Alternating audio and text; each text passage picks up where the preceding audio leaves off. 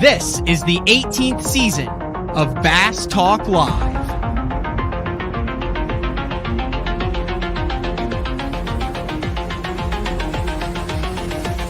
With your host, Matt Pankrat.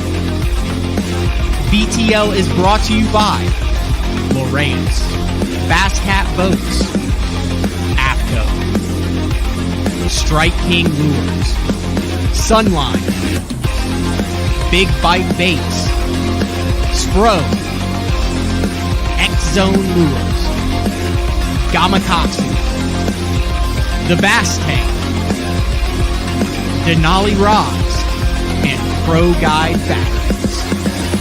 PTL, coming at you. Good morning and welcome to another exciting edition of BTL Bass Talk Live, where we are going to talk bass fishing. Yes, I am live from the Strike King and Lose media event in Michigan. We are at the mitten. The mitten. We're at the very tip of the mitten. So like my middle finger there for mitten is where we are. There's Mark Zona right there. Mark Zona. I just jumped on BTL here. So Mark Rose, I'm going to be in the boat with Mark Rose next. Jason, how are you doing, Packers fan? Your son's a Bears fan. We got some chaos going on here. But wrapped up Hartwell, ninth place finish in the Bassmaster Open. We are actually going to be back in studio on Friday at noon. We're going to do 2 live shows on Friday.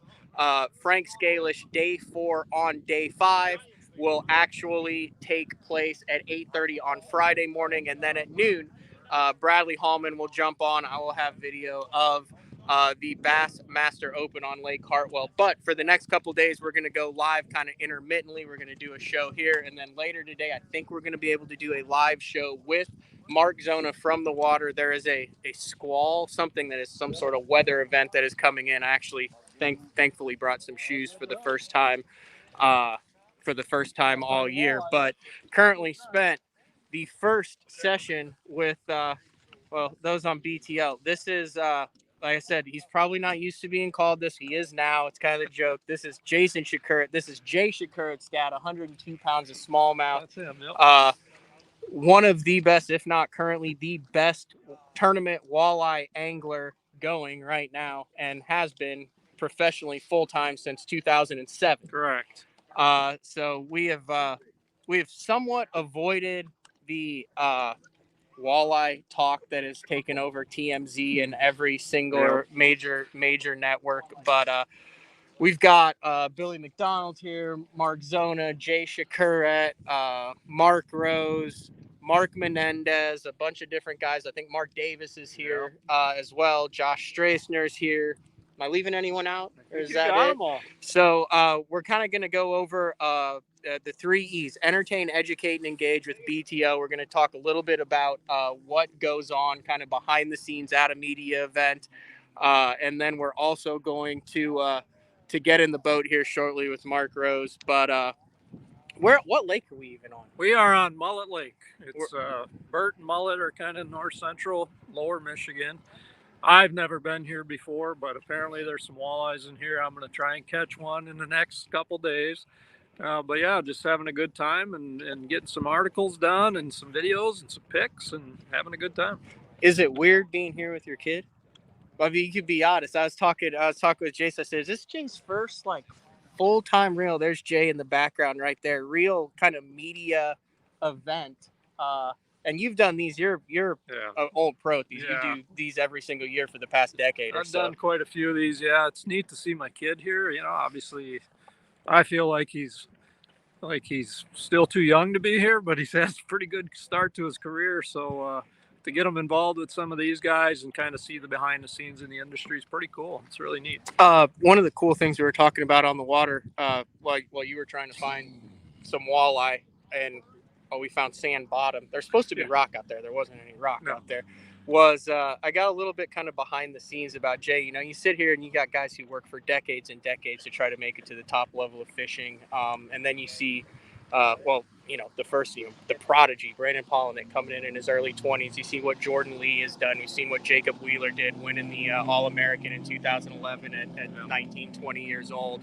And what you don't see is the behind the scenes and all the work, the time and effort that went in. And one of the really cool things that I was talking about with you was kind of how you kind of put it on Jay, like, this isn't like a free ride, go out and fish. Like you started him from the beginning as far as doing it right, the process, the money, the back end of it, earning your way up. And that was something, as a tournament angler yourself, you thought was really important to start with Jay. It is, and that's something that I think everybody should do is number one, start at your local level and get to the point where you're consistently dominating the local level. But then you got to step outside your roots and start going more regional and then national. And that's exactly what Jay did. And I said, in order for you to do this, you're going to have to fund your own way. I'm not going to support, obviously I gave him a few rods and reels to get moving, but as far as entry fees and travel expenses,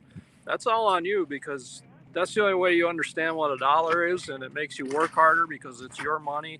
And, to get thrown in the Elite Series as fast as he did, it was kind of a shock for all of us, but just showing them the way how to get through the steps with sponsors to try and get some financial backing and just take off. You just got to let him fly, and that's what I did, and he's done well. He's good. The other thing we talked about is personality. And, I've covered this sport for 15 years now, and there seems to be kind of a common personality thread that you're either calm and cool under pressure and you have kind of a quiet confidence, or you're like on the Ike and Ellie spectrum, right? One way or the other.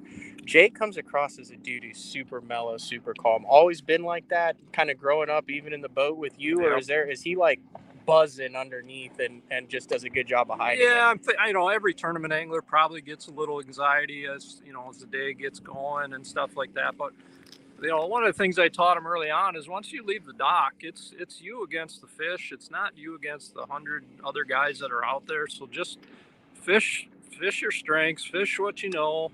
Don't worry about anybody else, and come in with what you got at the end of the day and see where you fall. Don't get worked up about, my God, there's Greg Hackney and there's, I don't know. He's kind of intimidating. Out of all of them, Greg Hackney would probably be him and Jason. Yeah. Christie's he's an intimidating fellow, but when it comes down to it, they're all guys like us. We love to fish, and that's all we're doing is just out here fishing and trying to catch as many big ones as we can. So he's done a good job in his first 4 or 5 years at this career.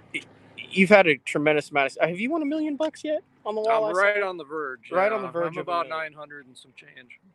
That's kind of a cool number. What do you think it is, the common thread, regardless of what species you fish? We actually just did a day 4 last week with Frank Scalish, where we talked about becoming a better bass angler by fishing for other species and what you can learn. I kind of equate it to sports. Like, you see a lot of guys who are elite athletes played a lot of sports growing up, not just one, like didn't just bass fish. But what do you think the common thread is? And you're a fishing family that's had success for multiple species that creates a good angler. You nailed it on the head by being just versatile and fishing a variety of fish, because you can learn a lot from a musky guy. I can learn a lot from a bass guy. The fish really relate to the same type of structure. It's just a different techniques. It's a different baits. Just being versatile, understanding, like salmon, for example, and all the currents on the Great Lakes. It's a big, huge part of it. And that translates over to the bass guys and the walleye guys that fish Great Lakes. So just go out and catch as many different species you can and learn from all of them, and you become a better angler. Can we look at some of your stuff, some of your walleye stuff? Sure. This is new for probably most of the viewers here. I don't think a lot of them have seen like what. I know you like my boat. I do. So he's in a 621 Ranger. 621 Ranger, and there is a lot of room for activities. Like, if you're doing this in the opens and you want to put your co-angler back here, like, you wouldn't. He could set up a camp. He could bring all the tackle bags and everything that he wants, but.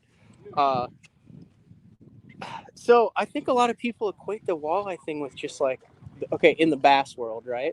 trolling, planer boards, night crawlers. Like I was like, hey, should we have picked up like a dozen crawlers? And you were kind of laughing at me. But this is like some really technical walleye stuff too. Yeah, we're not that much different than any other, bass guy out there. We'll get the sun out of there.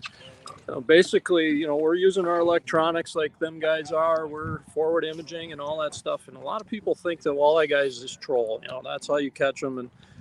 And honestly, in the big national walleye tour events that I fish, I would say 25% of the events might be trolling. The rest are, hand-to-hand combat, casting to a specific rock or seeing those fish on forward imaging. It's not much different. And we're, this year the Lake Erie championship we had was won by John Hoyer Casting in August out of the eastern end of Lake Erie, which is the deepest part of Lake Erie. And honestly, John was casting to the weeds up in shallow water and catching giant walleyes. And all the locals there were blown away because you go to Lake Erie, you troll. That's what everybody does. And to have John win that thing by a lot, I mean, he dominated the event, casting less than 20 feet of water in the weeds. It's just something that people don't really understand, but that's where the walleye game is going. All right, can we see some of the plastic? So this is another. I don't know. I don't want to get you in trouble on what's prototype, what's not prototype. Are you allowed to show some of the newer stuff? All right, so this is some of the stuff that comes up. This is another thing that happens at the media events too. Is a lot of the pros get a chance to work with developers, with people who are from the company. They've been working for sometimes months, sometimes years on prototypes. This is kind of the time where they all get a chance to get together. And this isn't, specifically just for like the Strike King or Lose brand. This happens across the industry of all the brands. And this is how a lot of the new lures get designed by the pro anglers, by the guys who are actually fishing them. And then they get a chance to actually go out in the boat over these 2 or 3 days and kind of see what needs to be tweaked.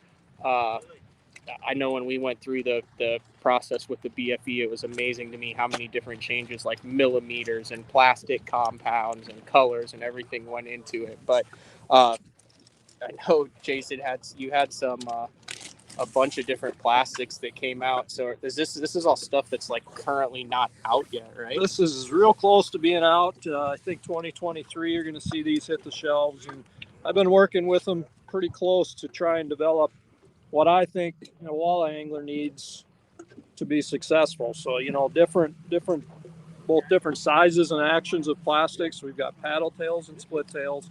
And of course we have basically a small, medium, and large sizes in all of them. But it takes a while to get the actions right. If we're pitching these on a heavy jig, you want to have the right action. You don't want the tails fouling up in the hooks, and you want that tail to wobble at the minimal speed possible. Just a lot of little tweaks, but I've got here with me this week pretty much everything I would need to catch a walleye anywhere in the country, and in about 5 or 6 different style baits. So and then these will be like on the market in 2023. Okay. All right. I'm looking at the instant feedback. Yes, Clay. Okay, I hear it. I got to ask. Top walleye guy. Didn't want to go there. We tried to just do it, but we're going there. Have not done a show since the we got lead in fish. Is that what he said? We got weights in fish. Yeah. We got weights in fish. Obviously, the thing went nuclear. Yeah. National news, ABC, NBC, TMZ, Fox, International, Fox. This is your neck of the woods. This is your home. I mean, are these guys that you've competed against? Are these guys that, I mean, what was the backstory on this? It seemed like, and from everything you've read, that this was like not a shock. Yeah. And say what you want to say about it. I put you on the spot, but I mean, basically, no, I don't fish against those guys. That's a team trail out of Lake Erie and Northern Ohio. Basically, the team events are buddy events. So there's a lot of things said about team events, where you're fishing with a guy, and things do get sketchy out there at times. And obviously we saw what happened a couple of weeks ago. And, I fished the Pro-Am Tour since 2000, so I get a different partner every day. I don't know who they are until the night before. And so, cheating at the level I'm at on the National Walleye Tour is basically non-existent. We pay $2,000 for an entry fee, and fishing with a new person every day. So it's about as honest as a circuit as you can get, and that's about as far as I'm going to say anything about it. I'm just happy they caught these guys, because I've got buddies that fished against them, and they took some of their money, and it's an awful thing for the industry. It's terrible. All right. The other thing that I wanted to talk with you about is, work closely with the Bass Tank and John Sokup and the guys over there, and they kind of got into it big time in the crappie world with forward-facing sonar. We've had a couple guys in studio to talk about how that has completely revolutionized the crappie game, as far as guys who are dipping and stuff. You have Kevin Rogers, who's dominating now. He's kind of reinvented himself with the forward-facing sonar. I'm curious, across the board, has the forward-facing sonar kind of infiltrated the walleye world, and has that had as big of an impact as it has in bass fishing and crappie tournaments? Absolutely, 100%. It's taken over our circuits as well. Like I said, if you're not doing it, you're probably getting left in the dust, and I've seen it firsthand. For a couple of years I didn't have it, and I had guys next to me just scoping out individual fish and catching them right out from underneath me. So yeah, it's across the board, no matter what circuit you're fishing, bass, walleye, crappie, muskies. I mean, it's here, so you better be on the bandwagon. What are your thoughts on that? I know that I just did a deal with Mercer about, like, should it be allowed, should it not be allowed, and everything. Are you one of the guys who looks at it as a tool and something that, I mean, you were dominant before forward-facing sonar came out, continuing to win after it, or I mean, is this thing here to stay in your opinion? It's here to stay. There's no doubt about that, and it's the evolution of the game. When I started, we didn't have mapping. We had blank GPS charts with a trail on it, and that's it. When mapping came out, everybody said, "Oh my God, my secret hump is no longer a secret. Everybody can drive to it." The funny part about forward imaging is you can see the fish, but you still got to make them bite, and that's the hardest thing. It's amazing how many fish are down there that you can't get to bite, and so it's really cool to see that, and it's not like you throw it at them and they bite it instantly. So it's still fishing. It's still hard to get them to open their mouths, but it's here to stay. There's no doubt. All right, good stuff. All right, who are you supposed to be next? Are you supposed to be with these? Yeah, I think so. Yeah.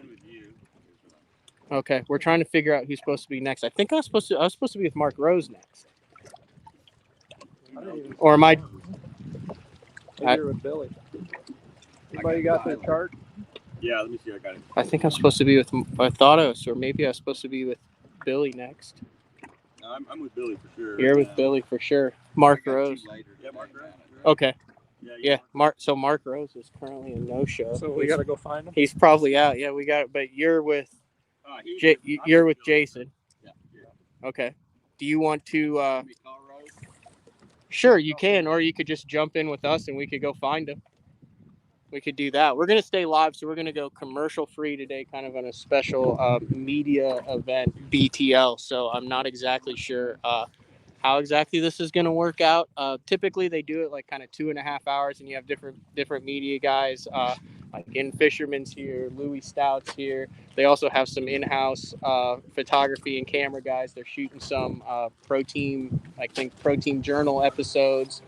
Some commercial stuff. So a lot of the stuff that you see for the brands that comes out happens at this. You want to be on the BTL podcast? Sure, buddy. Are you with? Do you do like Kings of Bass and all that stuff? I'm with Wired to Fish. You're with Wired to Fish. Oh, okay. What's your name? McKeon Roberts. McKeon. All right, Matt. McKeon Wired. So you're all the stuff you see out that'll come out on Wired and stuff over the next couple of years, all the tips, all the videos and stuff. This is kind of where you get your stuff done. Yes, it is. Yeah. Very cool. All right, I think we're off to find Mr. Mark Rose. Does that sound good? Yep. All right. In the spacious boat with plenty of room, we could fit like 7 or 8 more people in here.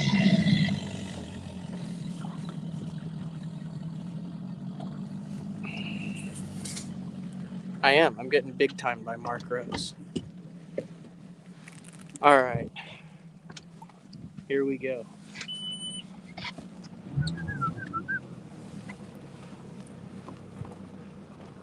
This could take 5 minutes. It could take 25 minutes. there's a map. Nick is saying you have a fantastic YouTube channel. Yeah, Where to Fish YouTube channel. Put out a lot of content every week. Lots to learn in there. Oh, I thought maybe you personally had one. Mark Fish is an industry staple. Yeah. Yeah, I go out and make some of my own videos too. Yeah, so you might recognize me from there as well. Okay. What's your channel? WhereToFish.com or Where to Fish YouTube, yeah. So I make content on Where's behalf. I don't really have my own individual channel. The first segment we didn't get light until like 8-ish, so the first segment kind of went by pretty fast. I saw you looking at the sunken island. All right. We're headed out to find Mark Rose. Mark has like six graphs on his boat, so I think we're definitely going to. I think we're definitely going to talk a little bit about electronics and how that plays. What's the top speed on the walleye boat? Oh, I get low 60s out of it. Low 60s. That's pretty strong. Yeah. 68's the fastest I've ever seen it.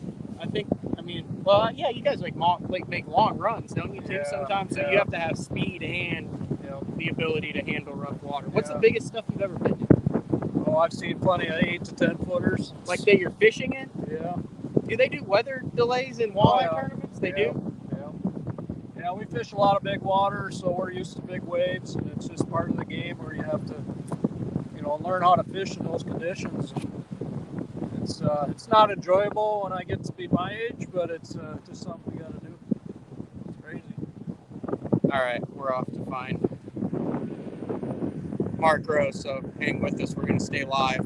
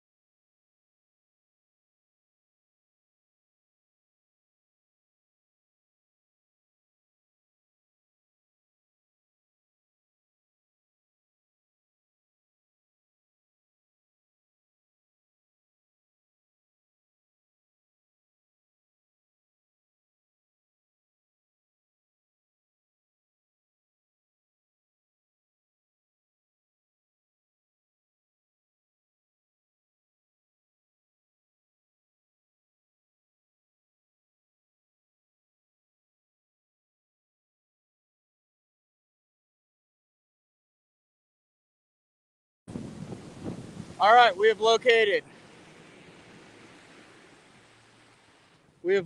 Mark Rose. There he is. I'm jumping in with you. Are you guys done? All right, I'm going to just jump in with you because I'm on BTL right now live. And we'll just jump right into it. We got to... All right, I have a backpack. I think it's still in here. Yeah, backpack's still in here. We just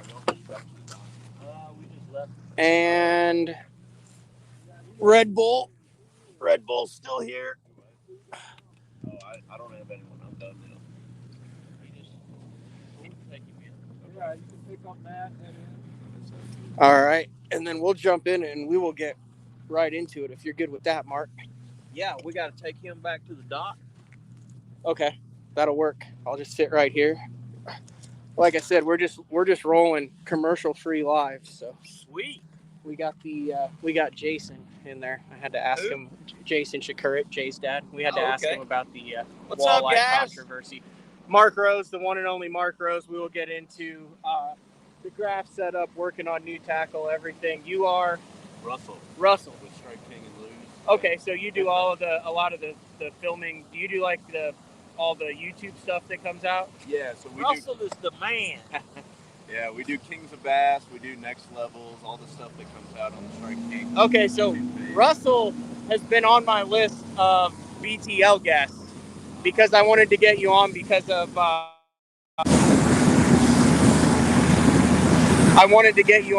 how good you guys are doing with the social media content and all in-house on YouTube and social media. So. That would be you then.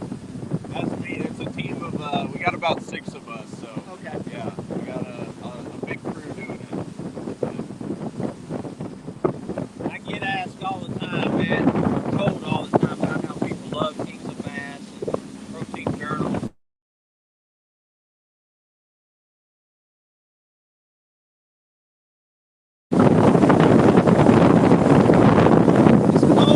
Like I said, we're at the Strike King Lou's media event on Mullet Lake. Aren't there a number of lakes too that you can jump on in the same area? We're at the very tip of the mitten, so you can do like Great Lakes. There's a couple different lakes around here. This lake has, Huron's right there. This lake has like 4 different types of trout in it. It's got steelhead, browns, rainbows. Well, I was out with Jason and he was trying to catch a walleye. He wanted to know what all lived in here, so I Googled it. And it's also got brown trout, so all sorts of trout in here.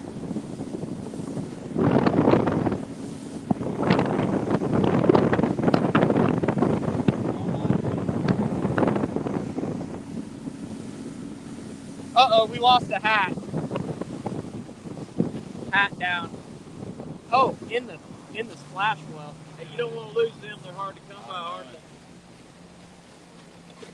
Everyone's always trying to steal this one off me. I've been trying to get Emily to reorder some of those hats, and evidently, when Crispin was here, he ordered those, and nobody can find them.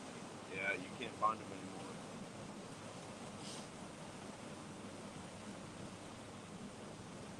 You need this mic. Yeah, I need I'm that kind of mic on. excited. This is my first time in Mark Rose's boat, and it's kind of a little bit mythical with the offshore prowess, the TVA, the ledge fishing, how he has everything set up. I know that Mark went to the bass tank at the beginning of the year, had all of his electronics installed by those guys over there, but have not actually. When he was there, I was actually kind of bummed because I was going to stop by and see how it went down. They're wanting us to come over. Let's go see what they Yeah, want. I guess I'll jump in there, He's but going to jump in that boat, but we will go over all that with Mark. I And thought they were going to show us like a big fish. I saw Billy McDonald had a nice big smallmouth, I think, or someone. Billy had that in his live well What before does he this showed up. even look like just while you're idling with this? So this is the view that Mark Rose gets to see Well, most of the time it's every day that he's in the office. Most of the time it's that view. That view. Different ones, but Okay. that's probably one of the most common.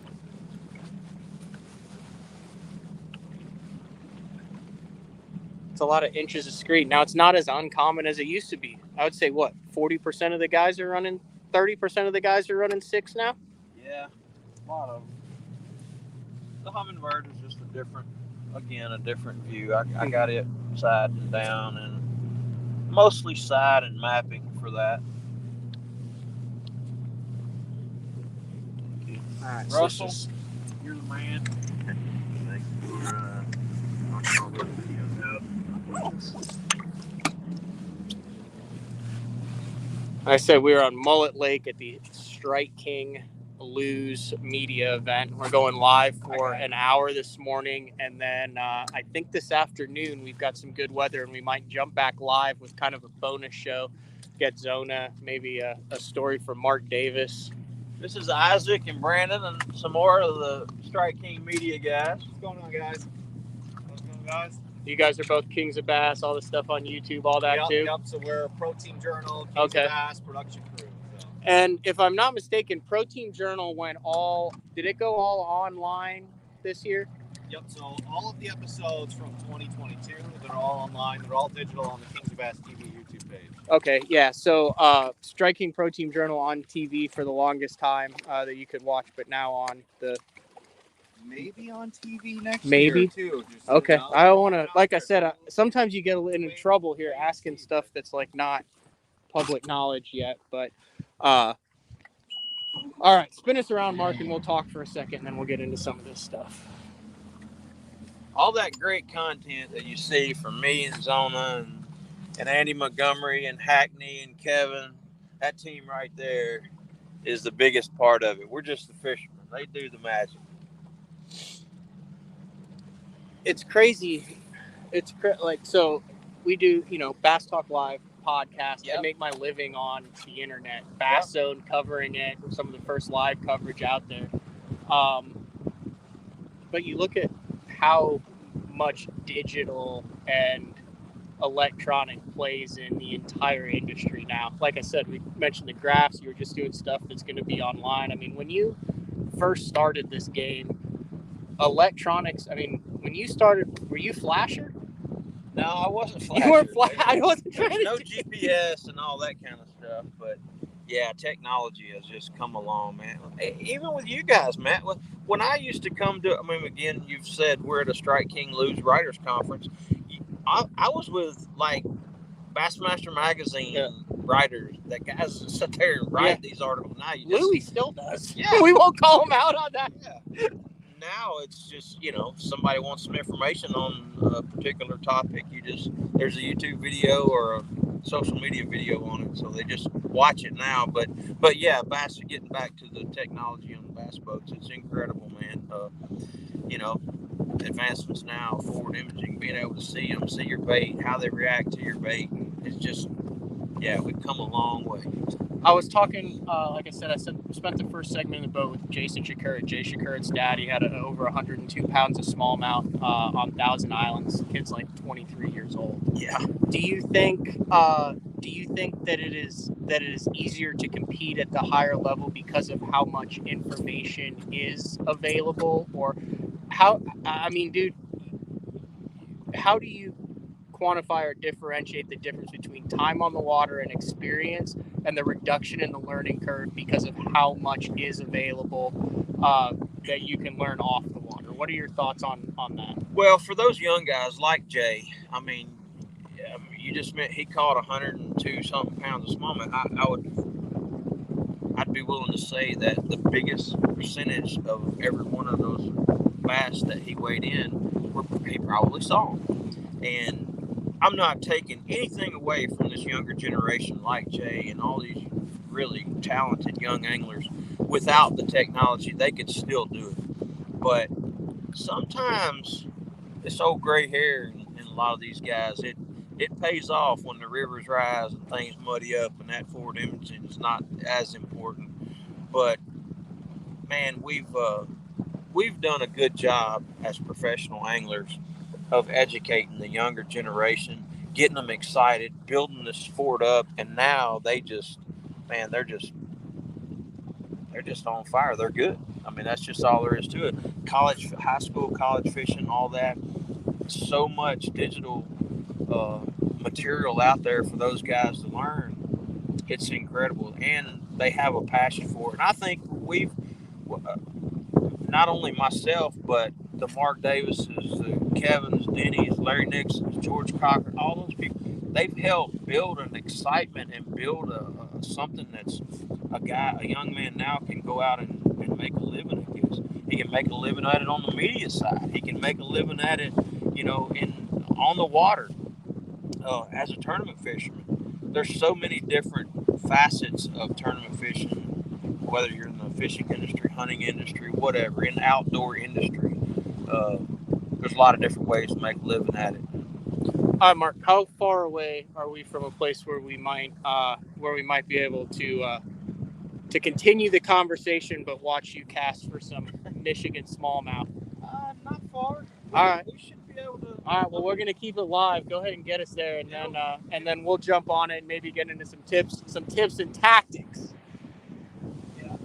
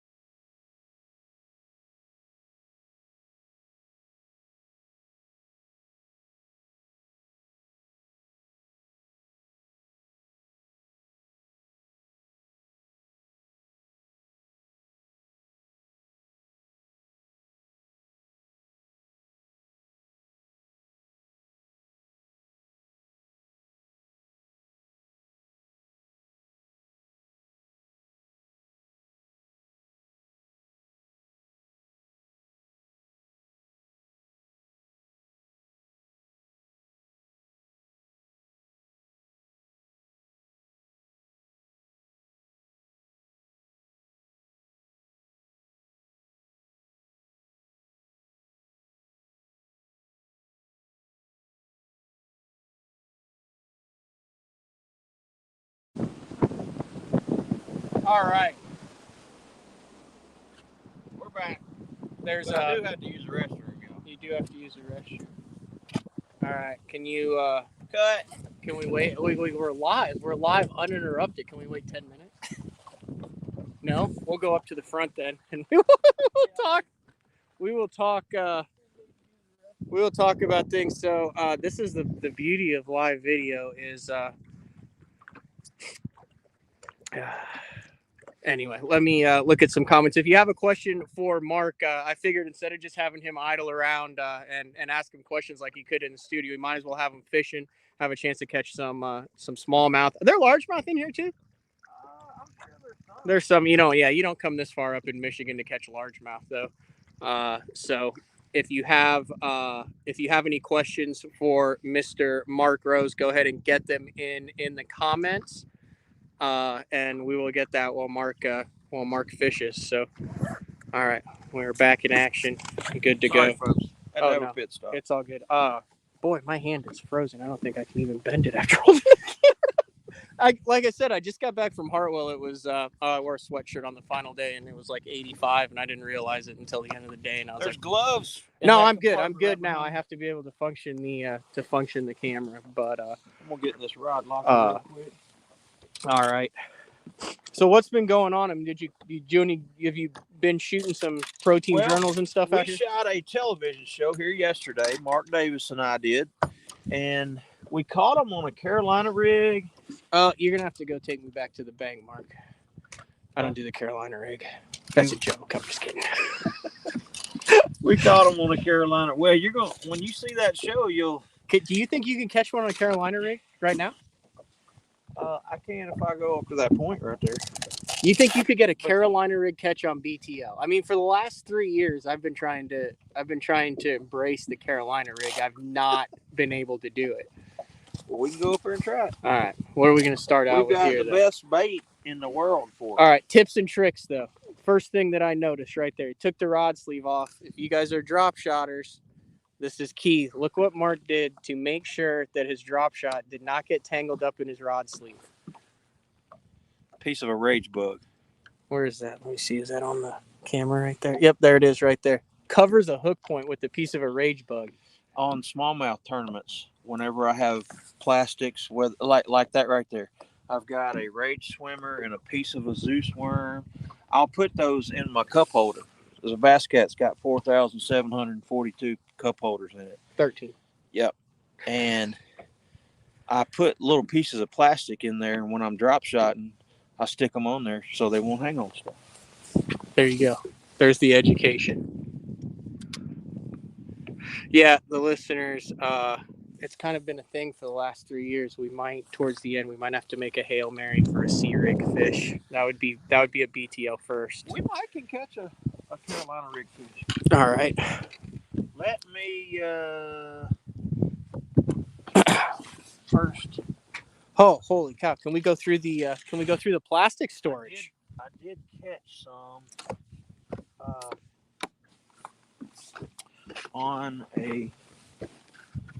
see some on a drop shot. Okay. You're big on the bags. Yeah. Bags.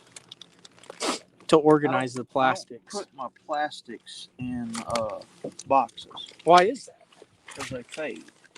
The plastic fades. The color of the plastic fades in boxes. Gets moisture in there really bad. Okay. And this is what I had in Mark Davis's boat. The co-angler pack. Yeah, I had the co-angler pack going. Now that's been a very, very popular smallmouth bait, especially on Lake St. Clair and also on Thousand Islands recently, is that little Z2, right? Yes. That right there is like a banana split to a smallmouth. And it's the...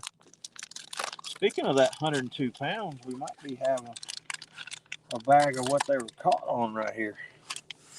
The old half shell.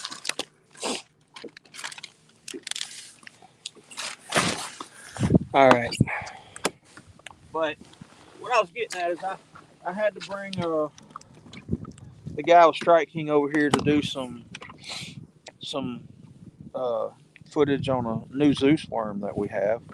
We just did a quick next level video, which is kind of a tips and tricks segment of Strike King on social media. You guys can check all that stuff out. I'm all over their website. I'm all over their channels. But whenever I was over here, I saw some fish right up here. So when you said, can we possibly catch one? I was like, I'm going to go back over there and see if we can catch a couple of those.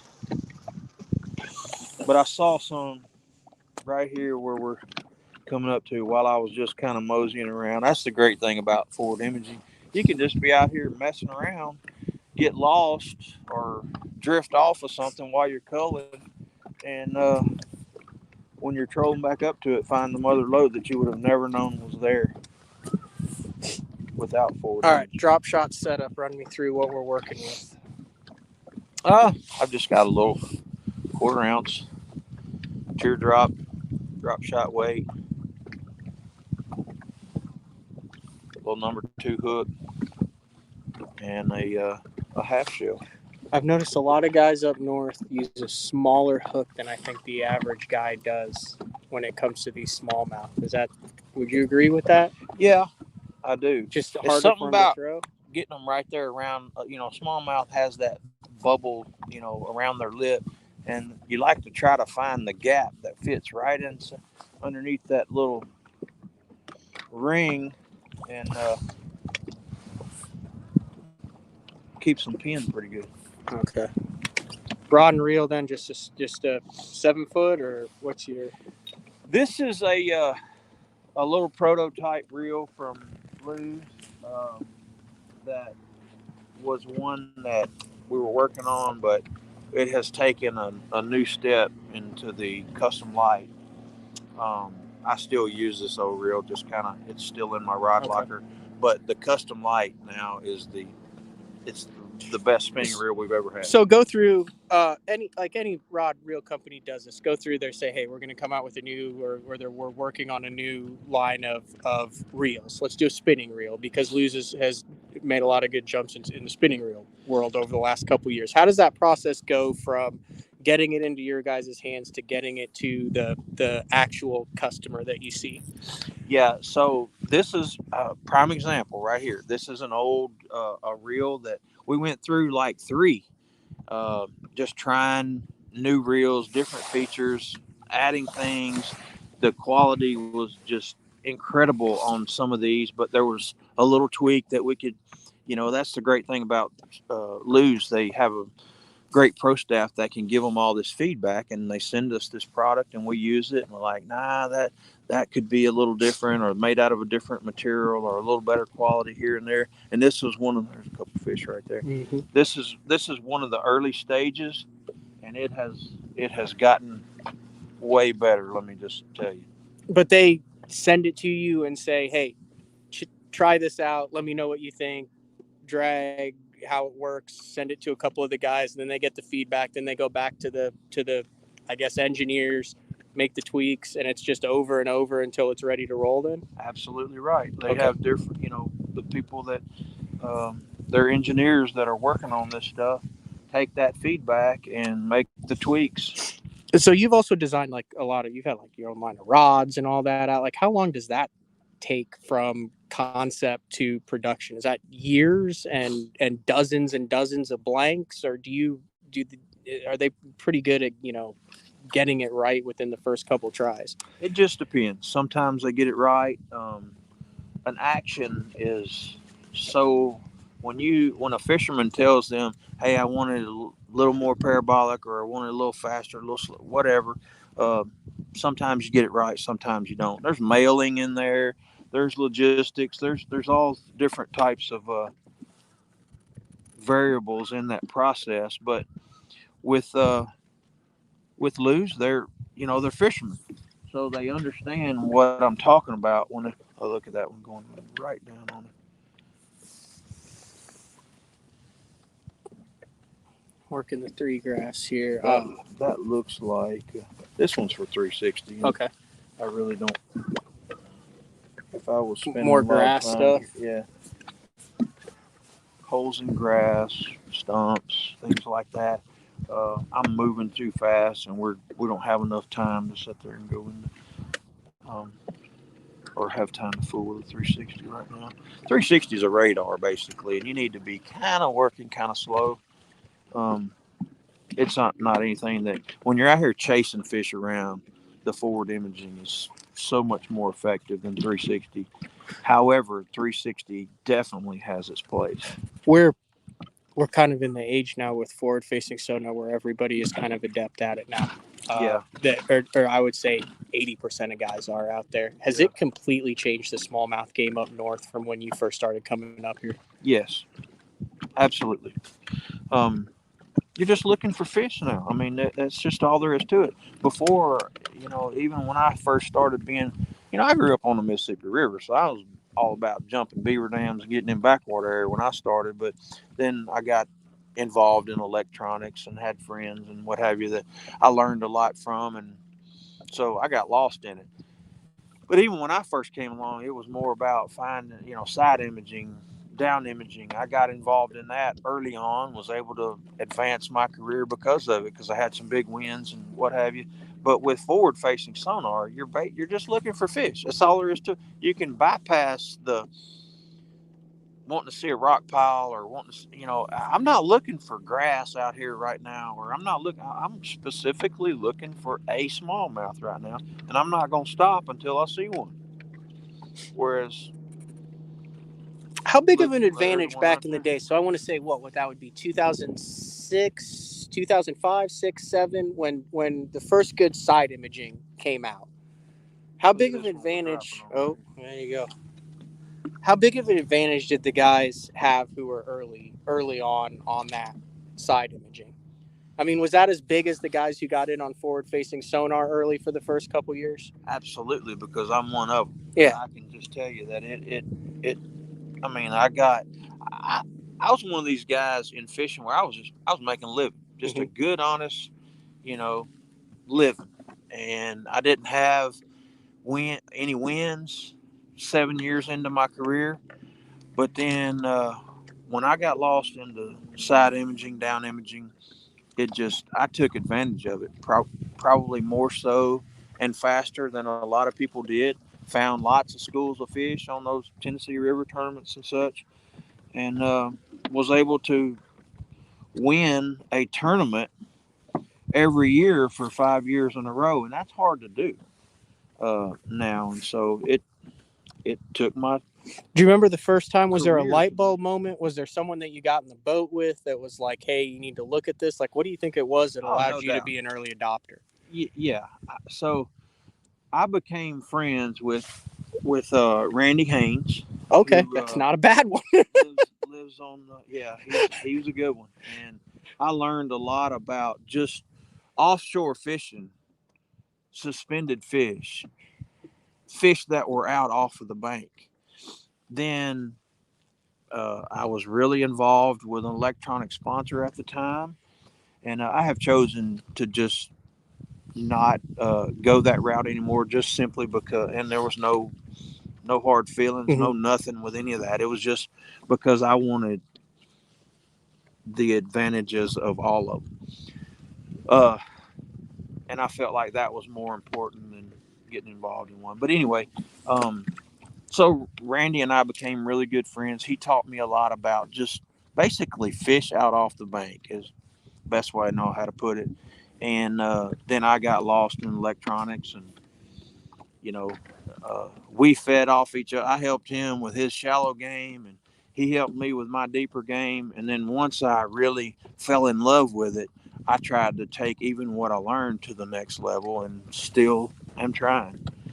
I'm more learning off of younger guys now than older guys, because for years we've taught kids to get off out of the digital world, off the iPad, out of the Xbox. Lose the electronics and get out here, breathe the fresh air, see the birds, see the trees, get out here and go fishing. Now they're coming out here and I say, okay, we'll do that. We'll just take our electronic minds with us, and then they just come out here and beat us old guys like a drum now.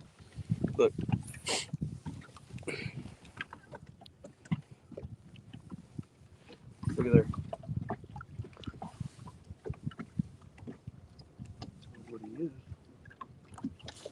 All over.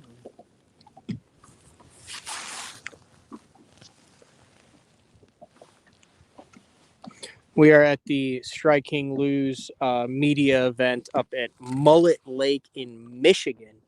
I drove all night from the Bassmaster Open on Hartwell. Actually, it's a long story. I'll get into it on Friday with Bradley Hallman, but it involves I dropped my phone at the beginning of the week in the water at dusk, had not been to the VRBO, had no contacts, and ended up, because I'd been to Hartwell 5 years ago, knew how to get to Clemson. So I ended up driving into Clemson. Everything was closed. I got a hotel room, ended up getting a new phone. I'm locked out of my iCloud account for 8 days, fished the tournament. Last day of the tournament, I break a brake pad on my truck, which I didn't even know was a thing. And so then I was stuck there until Monday morning, got it fixed yesterday, then drove all night. And now I'm out on the water here. So that is the long and short of how we ended up from South Carolina to northern Michigan, and then headed home doing, like I said, a BTL day 4 on day 5 with Frank Scalish on Friday. Brad Hallman will be at noon, and then we'll record some, and then I'm headed to the Bassmaster Open at Sam Rayburn. And then the day after Sam Rayburn, really cool. I remember last year I worked with Adam Bartuzek from the Crappie Chronicles. We fished the St. Jude Bass Classic up on, I think, pools 4 and 5 in Mississippi out of Wabasha, Minnesota. And raise money. A big shout out to all the BTL viewers who bought that St. Jude shirt. I think they raised over $750,000 this year, but through that got an invitation to go to St. Jude in Memphis, which is kind of right there in your neck of the woods, is it not, Mark? Oh, yeah. And really excited, going to go tour that headquarters of St. Jude, just following that Open. But have you ever had a chance to go there? Like, how close is that to where you are in West Memphis? I grew up about 15 minutes from St. Jude. Okay. Yeah, it's just a great story of Danny Thomas and his heart, and for kids, and not a kid that goes through St. Jude pays, not a family. Yeah, they want their focus is on helping the child live and not worrying about money. And Danny Thomas he had a vision, man, and it's still going.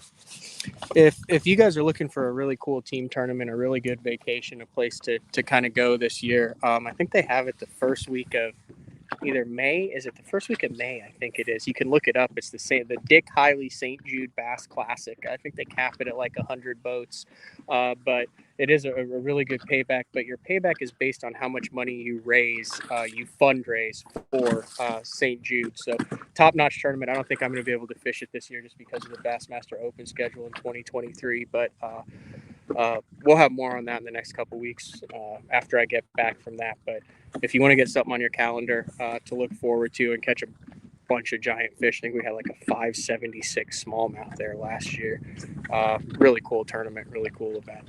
All right, so we are with Mark Rose right now, and Mark is On top of a smallmouth. Mark's on top of a smallmouth, utilizing his electronics. He's got the Lowrance mapping down here. He's got the live scope there, and he's working on the fish. So you drove to, the fish just went down, and we might be having a bite here. I'm going to back up. He went down on the weight, didn't he? Yeah. He's not acting right. By not acting right, what do you mean by that? Smallmouth, you have them that just go right down on it, and by the time you pick up, he's on there. And then you have some that like to mess around. That one just swam up and out. All right. You don't fool with those. People say, "What do you do? How do you make that fish bite?" You don't. You move. And that's just experience of dropping on hundreds of these things and seeing how they respond. No doubt. Yep. A lot of people will say, "How do you know that?"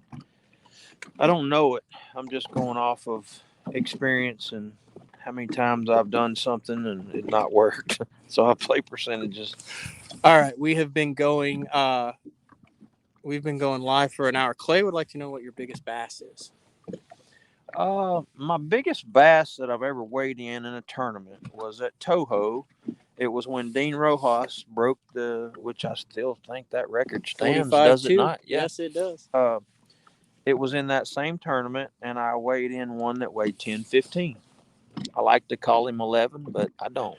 He weighed Sight fishing? He weighed, yep, sight fishing. Caught it on a white tube. And, yeah, I've caught some bigger. I caught one time in a Texas Toyota Bass Classic back when it was the PAA had it, and I was fishing in a bridge. I've never told Gerald this, but I was fishing the causeway there that goes across Conroe, and I caught one that was just, I don't know what he weighed. I say 12-ish, something like that. But Gerald Swindle was just fixing to come around the corner, and I had that fish, and I had just caught a 6-pounder before that, and I was like, okay, this is the deal. I'm going to win the tournament right here. And so I let that fish go. I wanted to weigh him so bad, take a picture with him, all that. This was when cell phones were out, so it wasn't that far ago. And so, yeah, it was a giant, man. I would have loved to have known what that one.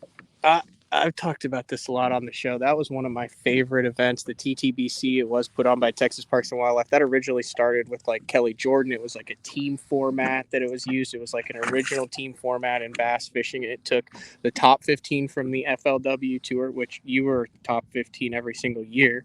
It was the top 15 from the Elite Series, and then the top 15 from the PAA, the Professional Anglers Association Tournament Trail, 45 anglers, and then is that a big school of perch? Big school of perch. That's how you want a smallmouth. Watch this. See, as it's coming down, they'll probably meet it. See how they just came right over to it? That's how you want smallmouth to act. But that was a really cool tournament that they did a lot with the Share Lunkers. He brought one fish across the stage. Did you like fishing in those? I thought those were the coolest. It was my favorite tournament I've ever fished.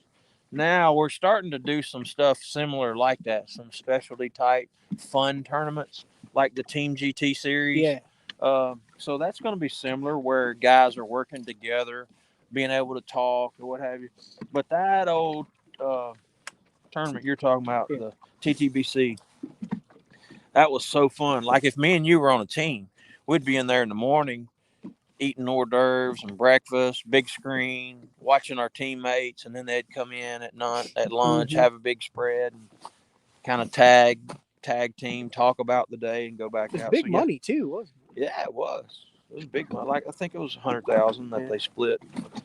Had to split 4 ways. The team series, I'm very intrigued. I watched that first episode, and I thought I learned more in 20 minutes about Florida just from listening to Chris and Bobby than you do in a whole episode, because I mean you're fishing for money, you're fishing as a team, but you've got to give up some of the juice because you can't really hold anything back because you have to. I mean, I'm sure some guys are. I mean, Thrift with the jerkbait thing was kind of funny, but he wouldn't even tell me what he's throwing. I said, Brian, what's the deal? Hey, he caught like 4 in a row. I'm like, Thrift. What? So, okay, what are you throwing? Jerkbait. Oh, jerkbait, bud. I'm like, okay. Was suspending jerkbait, shad, gold. What? Floater. I mean, that's what makes him so good, is that he's so secretive. You don't want to be on a team with Thrift because he ain't gonna. If he got a little deal figured out, he don't even want to give it to the teammates. But I'm interested in seeing that. I think that'll be cool. All right, we're gonna wrap things up, but before we do, Mark, are you willing to make a Hail Mary? You think you have a spot where you might be able to catch her on a Carolina rig, a BTL first, a Carolina rig fish live on BTL. The camera might malfunction or something if this actually happens, but can we close out the show with a Hail Mary sea rig fish? We'll go try it. All right, we're gonna go try it just for the listeners. All right, here we go. I can't believe I'm actually promoting this, but we're gonna do it.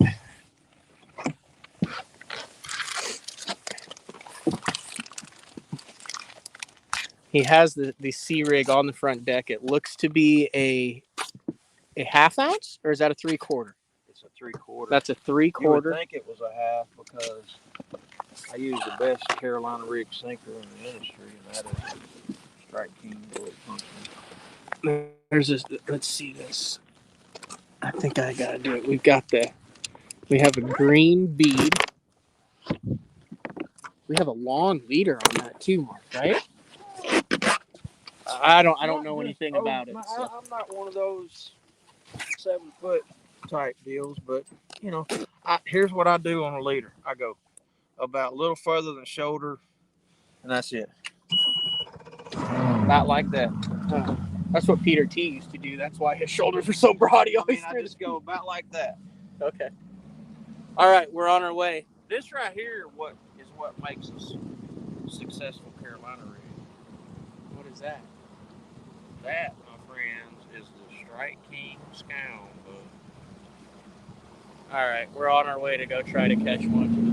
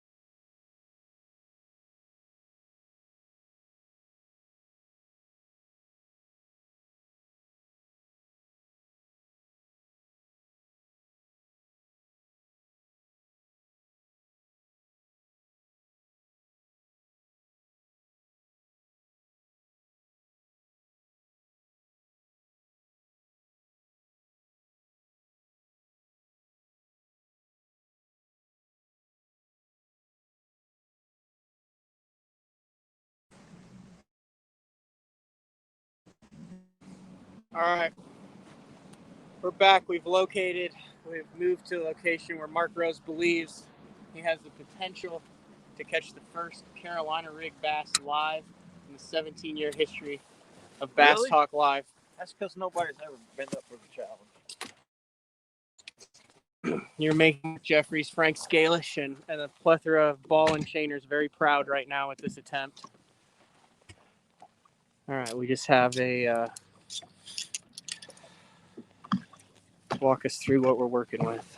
Well, we've got the most important part is a scound bug. How do you spell And a it? little leader. We've got a 1/0 Mustad grip pin Carolina rig. Weight. We have a hook. We've got about, again, I told you, it was about like that. A little Strike King. That helps make I like a small profile. And that little Strike King. All right, I need to stand right here so I don't get rigged.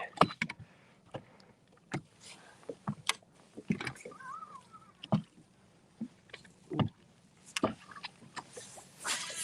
those fish? Bass. Was that what Jason was looking for earlier today? The walleyes? Could be. Yeah. We might want to mark that spot for him. He needs a picture fish. All right. We are in the thick of it right now. Mark Rose's Carolina rigging on BTO. We'll give you about 5 minutes before we shut her down. Sound good?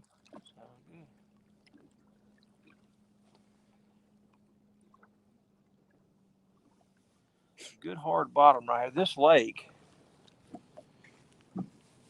it's just a sandy.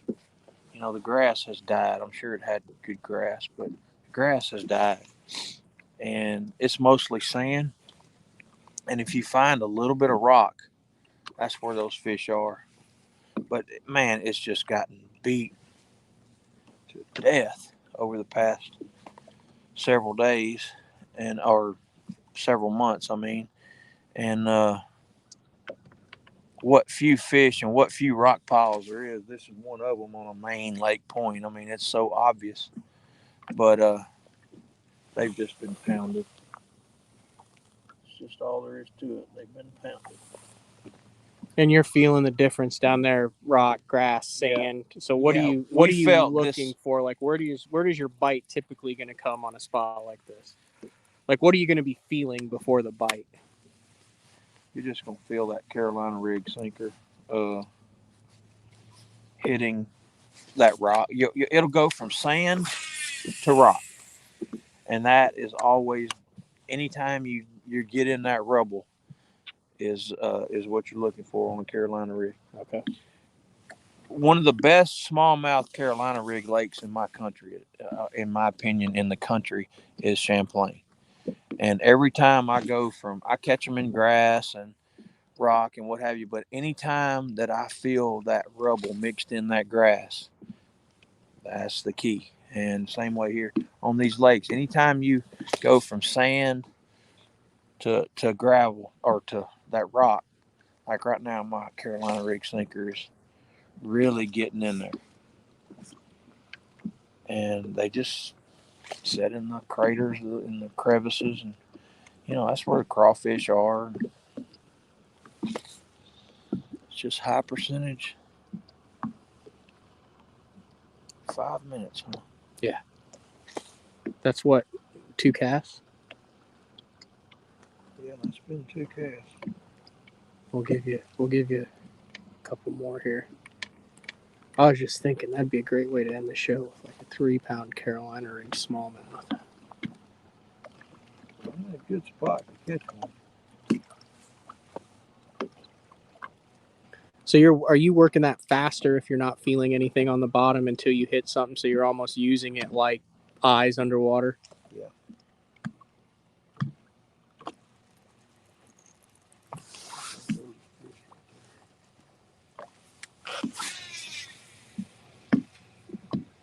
Dang, you can hook that thing for as long of a leader as that is, too. I've got a signature series Carolina rig rod in this Team Lose lineup, and I designed this rod just for. That was a bite right there.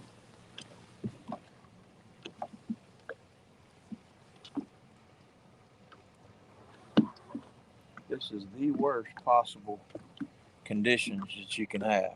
Gin clear water and slick.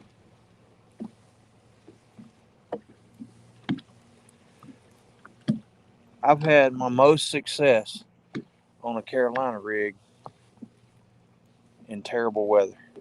Really? Yes. That kind of goes against conventional wisdom, doesn't it? Yeah. But you get this around them in some nasty weather and they just eat it, man. Especially smallmouth, I should say.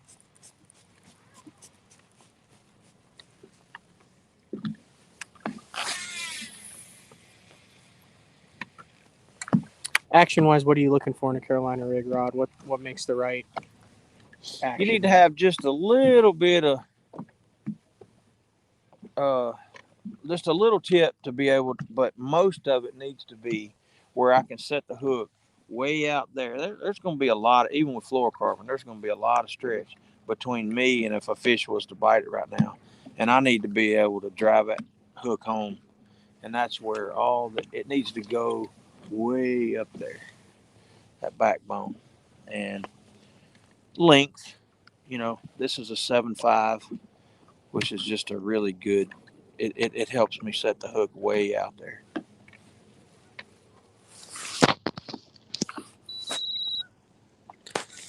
All right. I don't know. I'm feeling good here. I feel like something might happen. Like, you know how Do you? sometimes you just get some mojo where it's like, I think we need to stick with it for a little bit. Well, that bait is in the juice right now. I know your rod tip is bouncing. This is terrible conditions.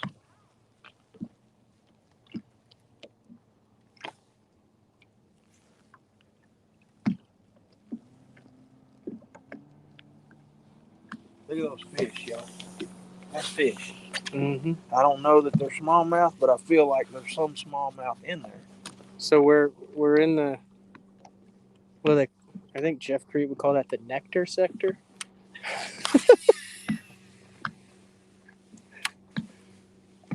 There's no telling.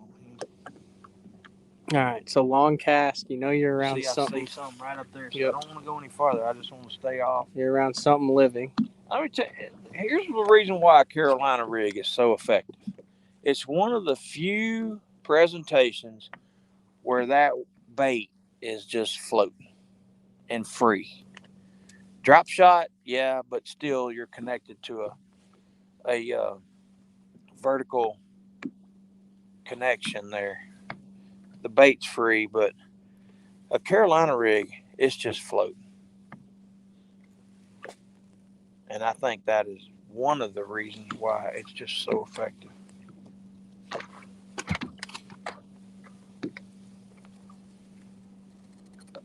Do they move on you?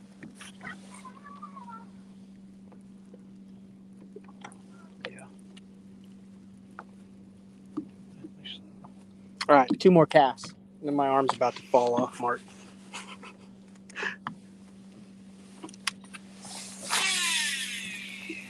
This is like you're an ounce out and you got 3 minutes left. You just need one more to get back in the top 20.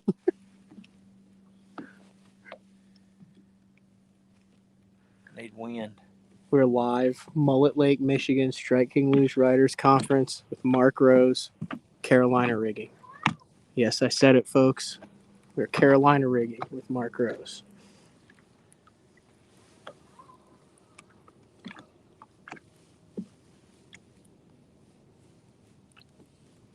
You go 20 pound or what's your line choice? Most of the time I throw 17-pound Tatsu on my main line and 15-pound on my leader. Both fluoro? I do. Okay.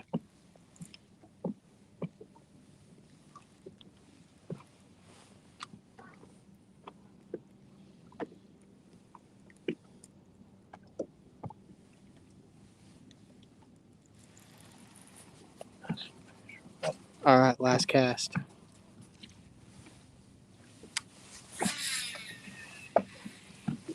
That's right in them.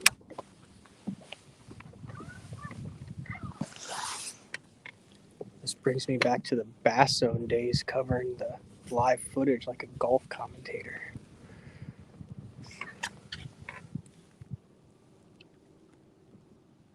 You did some golf footage? No, but I would be like, I Oh, remember I'd be like, Denny Brower's up in the bushes. He's got a tube. He's got 3 in the box. Had the tough book opened up to a firewire cable to a camera, shooting it back to Mark at the hotel. Well, as y'all can see, it's good hard bottom. You can see the fish out there. Same range I'm at. I got the best equipment in the world. I mean, I'm giving them. You got doozied by the conditions. I promise you, what's going to happen is you're going to jack one as soon as we end the BTO. Good. I mean, that looks good. Your rod tip is bouncing. It's sticky. That's pretty much everything you want, isn't it? You would think one of them would And Mark Davis, we found these fish yesterday. And Mark Davis has been out here this morning with somebody, so Just wailing on them. I'm sure. It ain't gonna happen, folks. I gave y'all everything that I had. All right. Well, we're going to wrap things up. Started out with Jason Shakur. I guess he's probably like the Michael Jordan of the walleye world right now. Full-time walleye pro, dad of Jay Shakur, who I'll be in the boat with tomorrow, weather permitting. And then we got a little bit of kind of some behind the scenes of the Kings of Bass, what goes on at a media event, and then jumped in with Mark Rose. Mark, greatly appreciate the time, the information, and I thought you were about to lean in on one. I was like, "There's no way that would be way too good of an ending." But thanks for jumping on BTL. You bet. Enjoyed it, guys. All right, guys. We are going to be back hopefully later today. So if you subscribe to BTL, just make sure you have your notifications turned on. And I think we might be back with a little live action from Mark Zona. Like I said, we'll be back in studio on Friday with 2 live shows. After that, thanks for sticking with us. Thanks for watching the live show. A lot more of this type of stuff to come going into 2023, on location stuff, live stuff in the boat, live from the opens, from Elite Series events, all sorts of stuff going on. So this has been BTL. What day of the week is it, Mark? Tuesday. On a Tuesday. See ya.